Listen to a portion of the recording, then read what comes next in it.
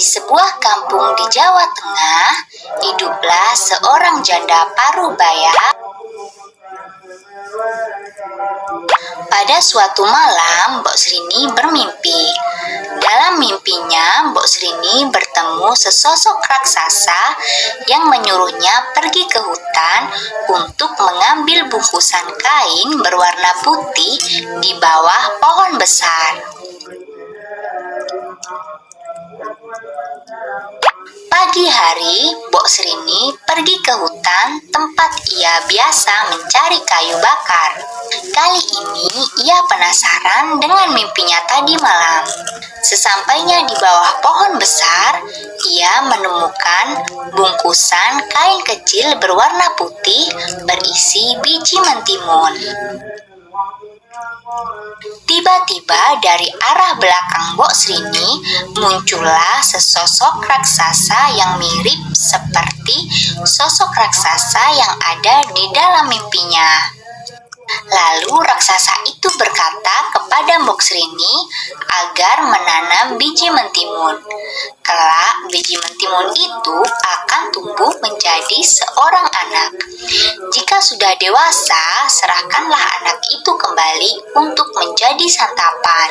Meski masih merasakan takut yang luar biasa, setelah bertemu raksasa, Mbok Srini membawa pulang biji mentimun itu, lalu ia tanam di pekarangan rumahnya. Tiap hari biji timun itu disiram dan dirawat hingga tumbuh menjadi tanaman mentimun yang berbuah. Anehnya, buahnya hanya satu, berwarna kuning keemasan dan terus membesar hingga mencapai seukuran bayi manusia. Lalu Mbok Srini memetik buah mentimun yang sudah matang itu untuk dibawa ke dalam rumah. Setelah dibuka, ternyata di dalam buah mentimun terdapat bayi perempuan. Mbok Srini lantas memberi nama bayi tersebut dengan nama Timun Mas. Timun Mas tumbuh menjadi gadis yang cantik, cerdas, dan baik hati. Saking sayangnya kepada Timun Mas, Mbok Srini lupa bahwa ia harus menyerahkan Timun Mas kepada raksasa yang jahat untuk dijadikan santapan. Akhirnya tibalah waktu raksasa jahat mendatangi Mbok Srini. Raksasa jahat meminta agar Timun Mas segera diserahkan kepadanya. Agar tidak menjadi santapan raksasa, Mbok Srini meminta perpanjangan waktu 3 hari lagi dengan alasan Timun Mas sedang sakit, sehingga dagingnya tidak enak untuk dimakan. Raksasa menuruti permintaan Mbok Srini dan menunggu hingga 3 hari. Jika sampai 3 hari Timun Mas tidak diserahkan, maka Mbok Srini yang harus menjadi gantinya. Mbok Srini lalu pergi meminta bantuan Petapa Sakti yang tinggal di atas gunung. Petapa Sakti bersedia membantu Mbok Srini dengan menyerahkan 3 bungkusan. Bungkusan itu berisi biji semangka, jarum, dan petis.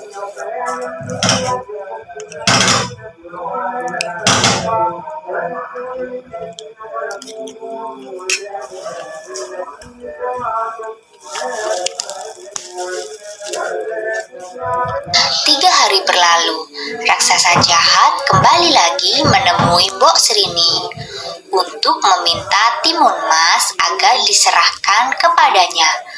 Mbok Srini tetap tidak bersedia menyerahkan Timun Mas. Raksasa jahat itu lalu mengamuk dan mengejar Timun Mas.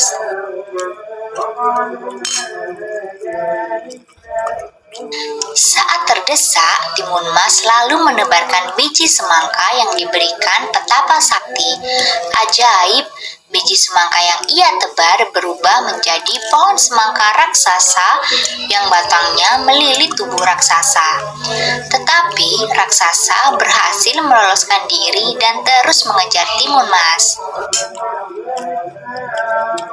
Timun Mas lalu menebar jarum yang seketika berubah menjadi rimbunan pohon bambu. Kaki raksasa jahat terluka akibat tertusuk pohon bambu yang runcing. Meski terluka tusukan pohon bambu, raksasa terus mengejar Timun Mas. Lalu Timun Mas membuka bungkusan terakhir pemberian petapa sakti. Bungkusan itu berisi petis.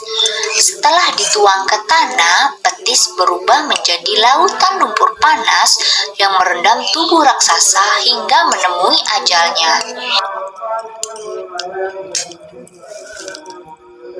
Timun Mas akhirnya selamat dari terkaman raksasa jahat.